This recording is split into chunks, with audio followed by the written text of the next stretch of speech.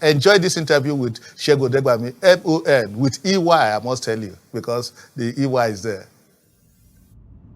It seems surreal that I am the one clocking such an old age. It just snuck on me like a thief in the dark. It was not something I was thinking about or envisaging in any way. The years have just rolled by.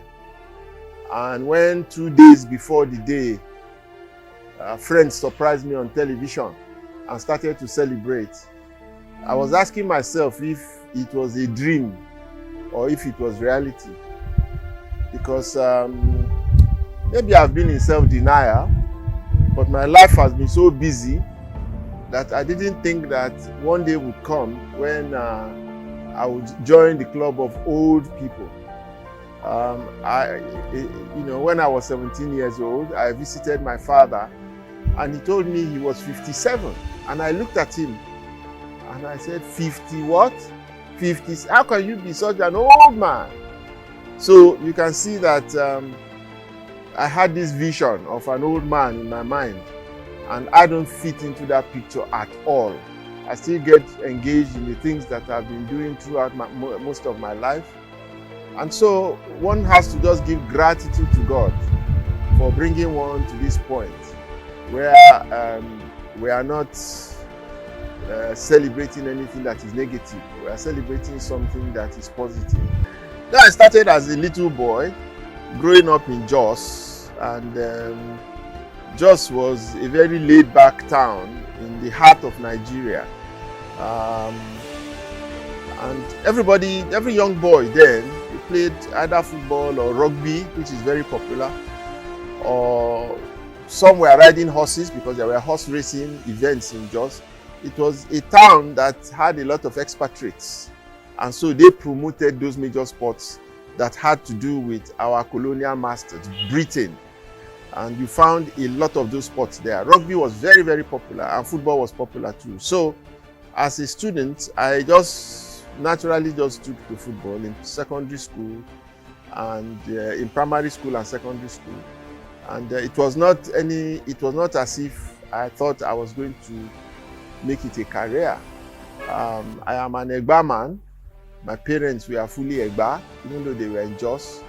And if you know the tradition of the Egbas, it is all about education. So that's all I knew growing up. My parents were pursuing our academics, all of us. And so the combination was just natural.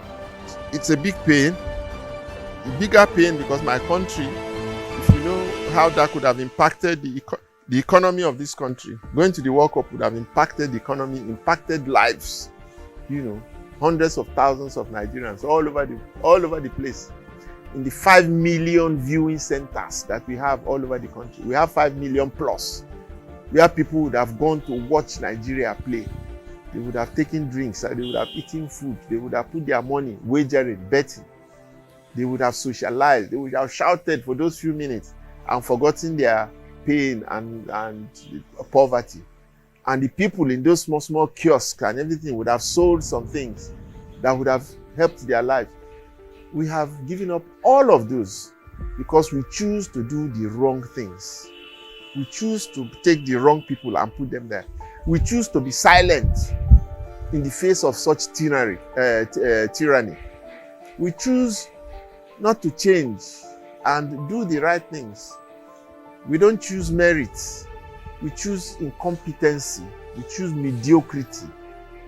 We choose tribalism and all those isms that have harmed us and made us slaves to poverty and hunger and illiteracy and disease and everything in the world. We've become slaves to those things. For as long as these elections are conducted on the basis of the old statutes with the same people that brought us to where we are, and you think they will just surrender power and change their ways and become new Nigerian people, we are not going anywhere. So that's the reality. So they had better heed the advice of Mr. President if we want there to be something different. You can't be doing the same things the same way over and over again and expect a different result. Mr. President has advised, amend your statutes, make a few amendments, expand the electorate, let it involve a few other people, so that your choice of leadership would now be more, would be broader, and you can remove some of those that are not legitimate members of the NFF, who are there now. They say they are stakeholders, yes, but they are not members. So that's my take on it. I wish them the best of luck. I'm not a participant, I'm not voting, I'm not contesting. I'm just observing. I'm praying, like the rest of Nigerians, that things will get better, even though we are not doing the things that will make them better. All right. That was Big Sheg there, blowing hot. Tony, special interview with Big Sheg.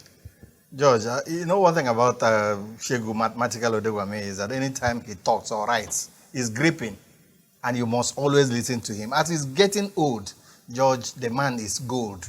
I think that's what Nigerians should take. As he's getting old, the man's wisdom is gold to us. And he has said it all from the World Cup, from the fact that we're not getting it right. And I think that we should revere Segun Odegbami now that he's here. And of course, listen and do some of the things that you heard him say on this gripping interview, George.